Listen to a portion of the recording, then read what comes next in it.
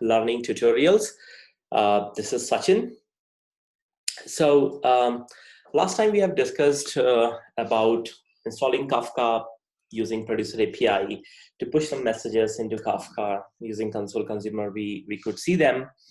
And also we internally we also understood how the producer internal works, the serialization, the identifying the partition, the pushing the message into memory, everything done by same thread and another thread actually taking those records and actually pushing it to brokers. So that's good.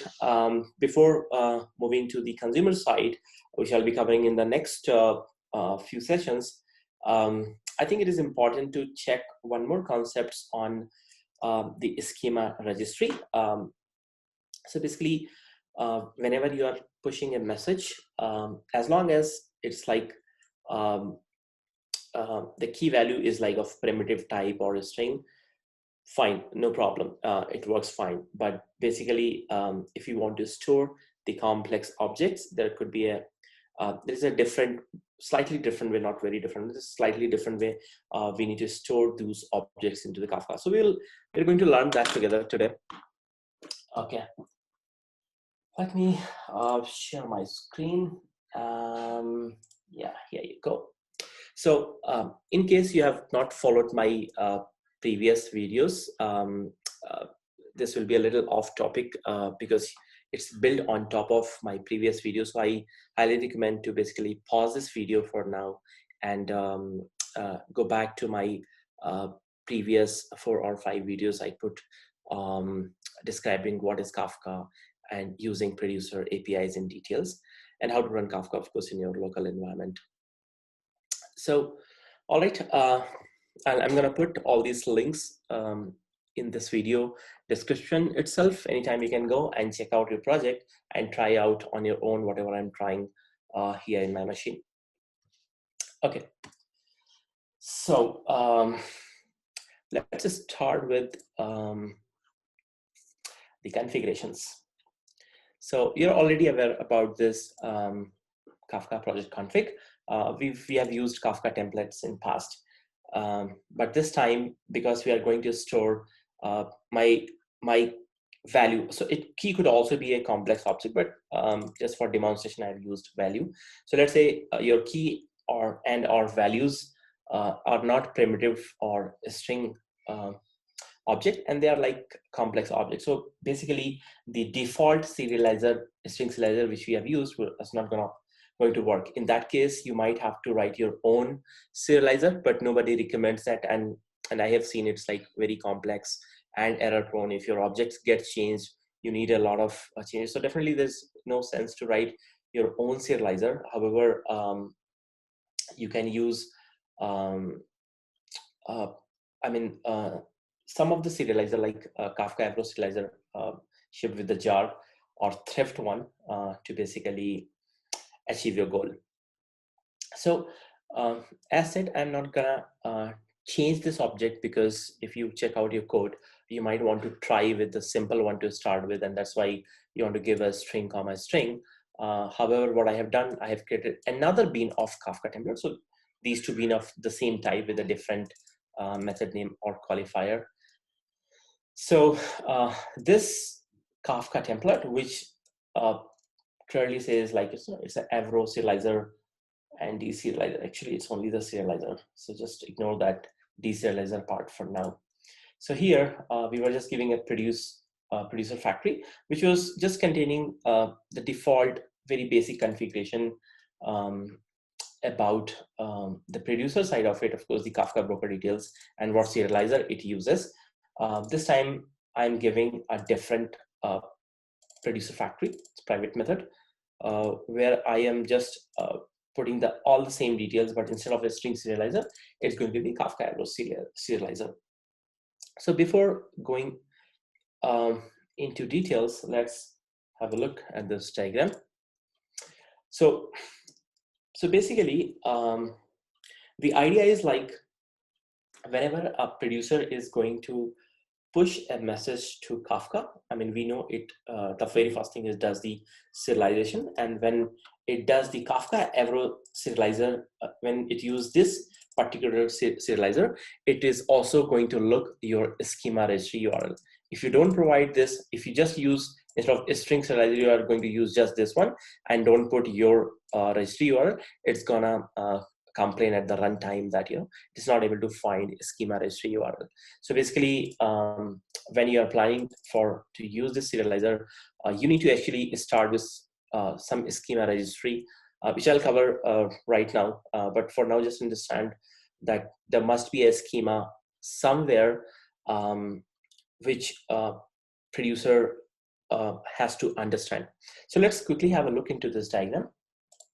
So here, your producer API, if once it is going to push the message to the Kafka, and if it is using the Kafka avro serializer, it is also going to register the object schema into the schema registry. I'm going to cover what is a schema registry, but just for now, you understand that when it is pushing a message to Kafka, based on the key, basically the message message goes to Kafka, but the key, the schema ID, goes to schema registry. So that way, I mean, if a message M1 is here, its key is basically also, I mean, the schema along with the key is also registered over here in the schema registry. The benefit is like when the consumer is consuming that message, yeah, so once consumer consumes that message, from the message, it gets about the idea of your schema ID, and then it pulls that schema and consumer can basically successfully deserialize that message.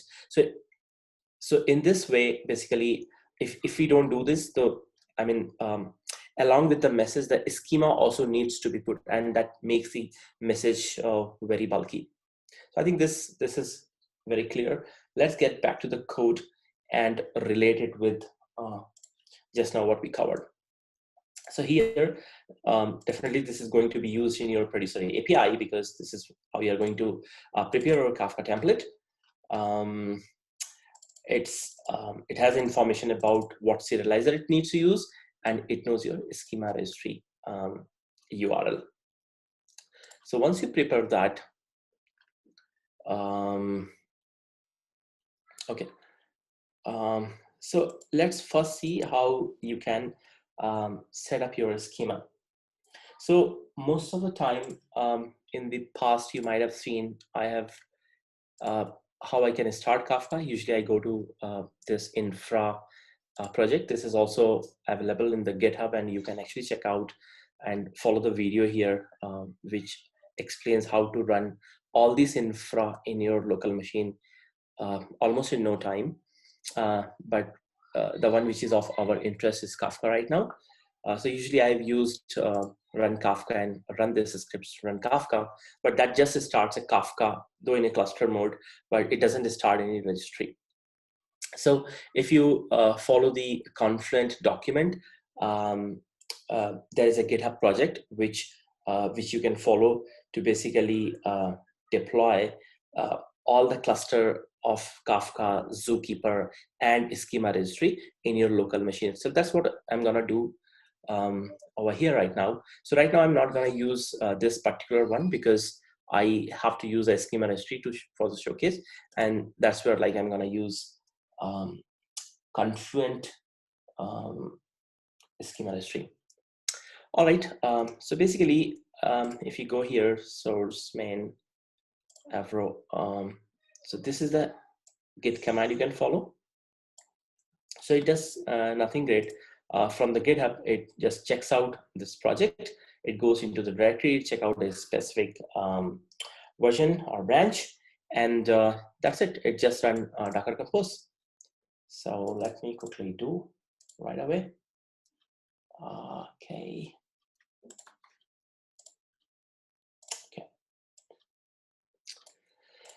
All right. So first of all, let's watch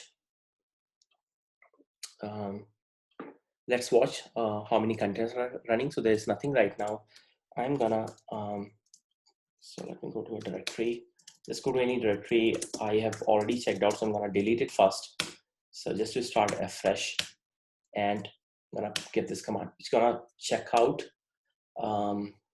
that particular branch and execute Docker Compose. It will take a couple of seconds.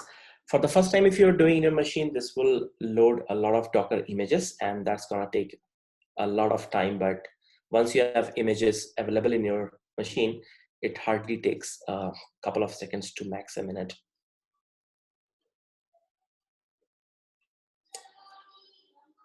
All right, this seems to be working. So now you see that this is installing a bunch of things in your local machine. This being Kafka Connect, yes, it is running at 083 port. The KSQL, it also starts the Kafka broker running at 9092 port in your local machine, and also Schema Registry, which is of our interest, which is running on 8081 port. And all the UI, basically the control center, can be accessed into in the 9021 port. 0000, it ensures that it binds on all your network interfaces, which means pretty much you can access it with your local host 9021. All right, so your control center is started. You can go to cluster, and here you can get all the information, like including topics. By default, might be creating some of the topics, but for our interest, I'm going to create a topic. I'm just going to give a name Sachin. You can use the number of partitions, you can increase it or some different setting. For now, I'm just gonna going it with the default one. All right, so now this creates a new topic. You can click it, you can come inside, and you can actually see all these messages coming over here. All right, so no new message because just now we started. There's nothing here. And by the way, every time you refresh this page, it will always show no new messages. Even there are messages in your topic, because it actually pulls that point of time onwards from where you have loaded this page, just FYI. So if you don't see any message, don't worry. Just run your test case, and then it will push a message. You're gonna see it over here. All right. So coming back to this, so we have covered how to use the Kafka avro serializer. I mean, not hands-on, but we're going to cover that. But in the theory, your producer API, the moment it is going to cover the serialize, this will complain. The rule number one, it will complain because it will not find the registry. And that's the time you need to give your schema registry URL. So if for that your schema registry has to be deployed, which just now we deployed, and we are accessing with control center. Now, once you have done this, at this time, so you see a little more code over here. And of course, you can go to Git and check that out. But right now we have simple producer, which we're using Kafka template. Of course, I had to use the add qualifier because the same bean of type we have created is specifically for avro, just to showcase that, you can try with Kafka, normal Kafka template with a string, comma string as a key value type or a complex object. So the another class which I've created is avro producer. Now, instead of qualifying it with the just Kafka template, I have given this as a qualifier name, which matches with your configuration method name over here. And that's the time this particular bean, which uses Kafka avro serializer, will be used. Anyways, so this is my avro producer. Super simple. It has everything similar with simple producer, but then instead of normal Kafka template, it uses the one which has internally serializer as Kafka avro serializer. All right, now we've just exposed one public method which you pass key and the employee. So this is the time. Till now, we have always used the normal string type as a value. This is the first time we are using a complex object. This employee has some fields: ID, name, place of birth, address, a couple of things. I'm going to show it to you right now. That's it. So you create a record as like what you have created previously and just send that record. Now, the best part, the test cases, always, because you have a lot of freedom to try various different scenarios and assess what is working versus what is not working. Okay, so I'm gonna test it, and instead of simple producer, this time I'm gonna use avro producer, and the employee object which I have created has an ID, name, place of birth, address, and I'm gonna push this message. So I created this object and I'm passing that object. The key name I have given as just the name. You can give anything. I'm just giving this name as the key. So with this key, this message will be gone. And the actual message is basically this employee object. And I'm just deliberately using the feature.get, the sync call, just to ensure that message has gone it, and I want to see offset in my logs. All right, so all set. Now, only one piece which we need to cover is this employee object. It cannot be a normal object. We cannot just create a normal POJO, what we usually create in Java, public class employee, and just create these 4 fields, because that's not going to work. It has to follow a special avro format. And if you see, in fact, this employee class is an avro generated class. So how we are going to generate, I'm quickly going to cover that. But for now, just understand that this cannot be a custom class. It needs to be a generated class, which is super easy to create. And how you're going to create is basically using the schema. So basically, there is a separate folder. In fact, let me start with the pom.xml. So this class, it needs to be generated. It's not a developer created. And how it's gonna do that? You need one Maven plugin, Avro Maven plugin, and you bind the schema generation flow with this phase. So which means whenever MVN generate sources is called, this plugin will get triggered. And what it does is, from the source directory, it will read the schema, and the output directory, it will create the class. It's very simple. And usually the convention is basically from your source main avro, you keep all your avro files, and source main Java is definitely where it will create your all the Java source code. So in the source main avro, whatever the package you want to give to your class, just create that directory structure and create a avro file. So I think the good convention is whatever class name you want to give. Let's say employee, in this case, just give employee.absc. All right, so this is the avro format. The namespace is basically the folder structure, and the same package, the class will be created. The type is a record, and name is employee. Whatever name you give that class name, it will be created. So just make sure you give the camel casing over here. And then the fields. So right now I have given 4 fields: ID, name, place of birth, and address. And if you see this address a little special, so it has 2 things like name, what's the field name, and what's the type, which you can provide. And if a type, if a field is non-mandatory, just provide the type as null comma string. So which means it can contain the null value as well. And you just tell default it is null. That's it. All right, so just for demonstration purpose, I'm deliberately going to delete this file. Where is delete? Okay. The moment you delete, your project will going to complain that it doesn't find that class. No problem. So I am in that particular directory, and I'm just gonna say mvn clean generate source. That's what we discussed in the pom.xml. You just click it, and this will create a VO folder over here. So this is successful. Yeah, here you go. All right. Okay.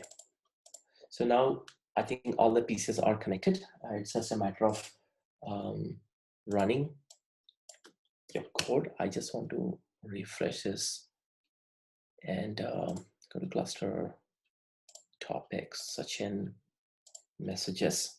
So right now you see there is, okay, let's go to schema. Right now you see there is nothing in the schema, no key, because it's brand new, just created. There's nothing in the schema.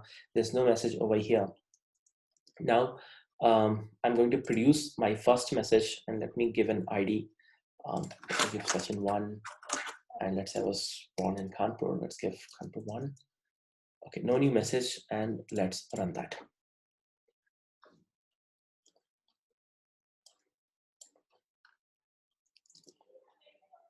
All right, so my first message has come over here. Whatever object I have given, you can clearly see all these fields because this is following a strict schema. And while pushing the message, the name I have given as a key. So this key you can see over here. Now let's get back to schema. You see the schema has just now created. This is the first version of my schema. Okay, in fact, you can go to version history and you can see all the versions over here. Now, when you come back to message, you won't see anything. It's not like message disappeared. It's just like in this UI, when you are in this page, only the new message is going to display over here. So let me rerun it a couple of times. So this time I'm going to give ID 2, Sachin 2, 2, and then run that. Okay, let's come here.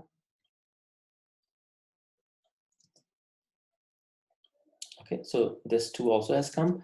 Let me rerun it for a few things. Just want to explain one more concept. So for that, I need to run it actually 2-3 times. 3, sweet. All right, so you can see like all these messages I can start pushing from here, and not the normal string value object, but any kind of a complex object can be created as long as you just create the schema file. All right, so now if you go to schema and you see it's still the same version, and if you see the version history, there's no change in the schema. The reason being because all these messages you have produced have used the same class which has been created from this schema. Actually, what you see in the Confluent page under schema is the same thing: ID, name, place of birth, and address. ID, name, place of birth, and address. However, if so, remember this diagram here. The producer is pushing a message to Kafka, but while pushing, it understands the schema and it registers that schema over here, and that's what we see in the Confluent. And also with every message, the schema ID is actually present over here. Okay. Now let's say if we change our schema. So you can change schema only as long as it is backward compatible. That's the configuration. If you want, you can see over here.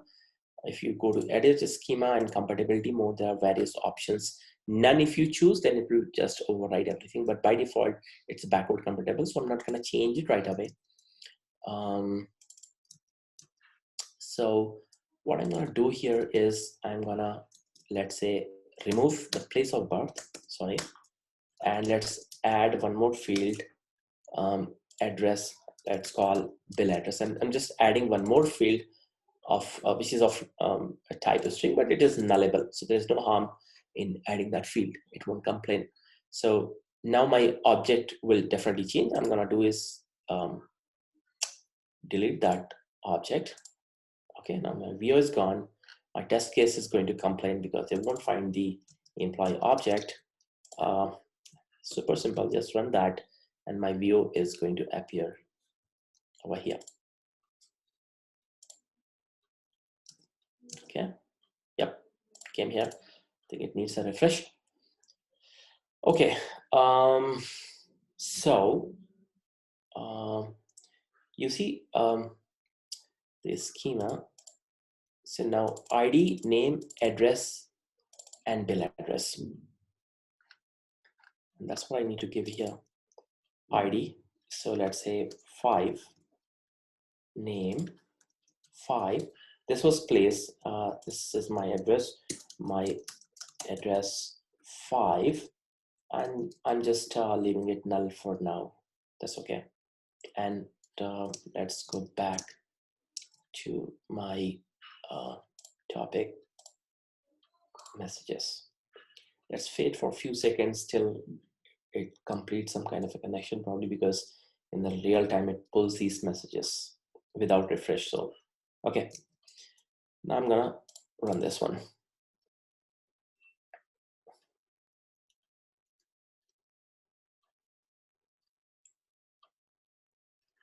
All right, so this message is produced and we see the message coming over here.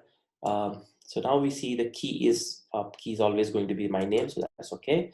ID, name, address, and bill address anyway we have it given.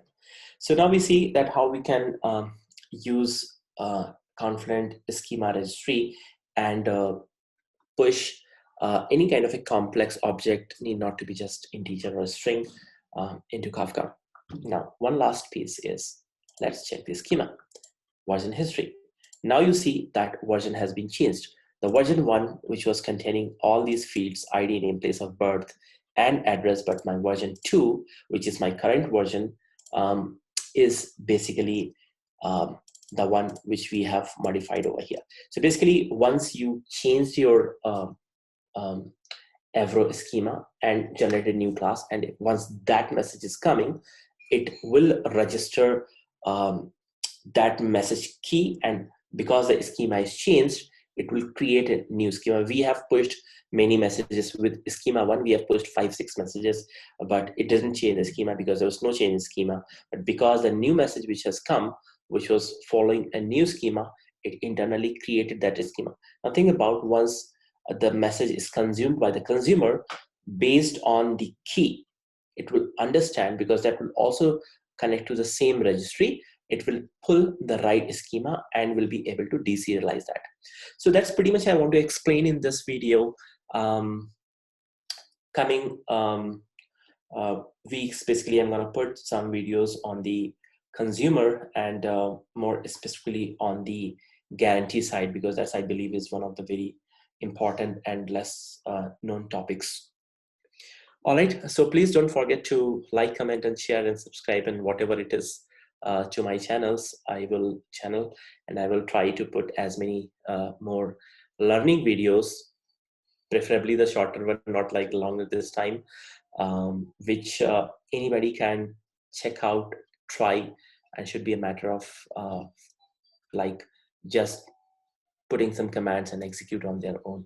All right, thanks a lot.